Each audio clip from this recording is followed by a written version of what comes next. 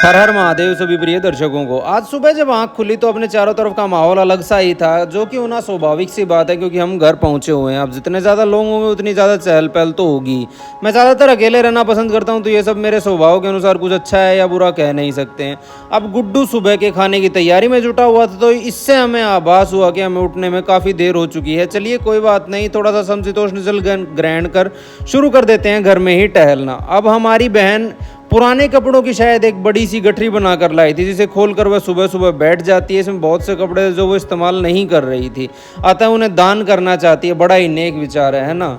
अब तक हमारी प्यारी दादी मंदिर से लौट चुकी थी। सुबह 5 बजे उठते ही प्यारी दादी मंदिर को निकल जाती है और सुबह सुबह हो जाती है हमारी शादी की चर्चा का सिलसिला, जिसके मुखिया हमारी दादी अक्सर होती है। अब मन हुआ थोड़ी चाय ग्रहण करने का। अब दुविधा यहाँ भी यही रहती है कि चाय भी खुद बनाकर पीना पसंद आता है, चाय बनाने को रख देते हैं। अब दादी सुबह सुबह इस बात पर जोर देती है कि मैं खाली पेट हूँ, मेरा नाड़ी परीक्षण होगा, उसके बाद ही आगे कोई हम वार्तालाप करेंगे।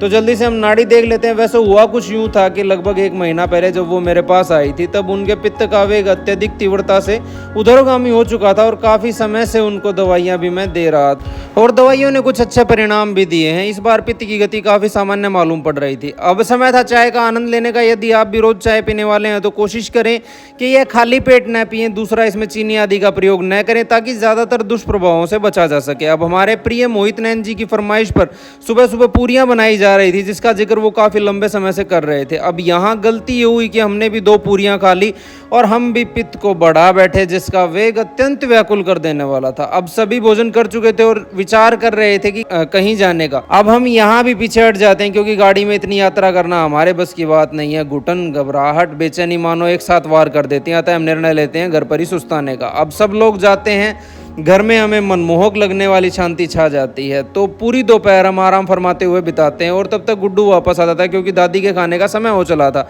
अतः गुड्डू जल्दी से वापस आते ही भोजन की व्यवस्था करने में जुट जाता है। तब तक हमारी प्यारी दादी भी आ पहुंचती है। यह आदत इनकी हमें खास तौर पर पसंद आई कि सूर्यास्त होने से पहले ही अपना भोजन ग्रहण कर लेते हैं। अब रात हो चली थी और हमारे दोनों प्रियजन भी वापस आ चुके थे और आते ही उन्होंने शुरू कर दिया था फोन पर अपना परामर्श का सिलसिला। हमने सभी परामर्श सोमवार तक स्थगित कर दिए थे क्योंकि हुआ कुछ यह था कि परिवार के साथ समय बिताना था। वह इसके अलावा मैंने गलती से मेरी जीभ को दांतों तले काट दिया था, जिसमें काफ़ी दर्द हो रहा था, तो बोलना हमारे लिए संभव नहीं था। अब समय रात की चर्चा का और चर्चा का विषय सिर्फ एक, जो कि शायद आप सब जान चुके होंगे। हाँ, वही भैया, मेरी शादी की बातें। चलिए, अब विचार करने से तो हम किसी को रोक नहीं सकते, अतः हंसी खुशी समाप्त करते हैं आज का दिन। आप सभी को मेरी तरफ से रात की राम राम।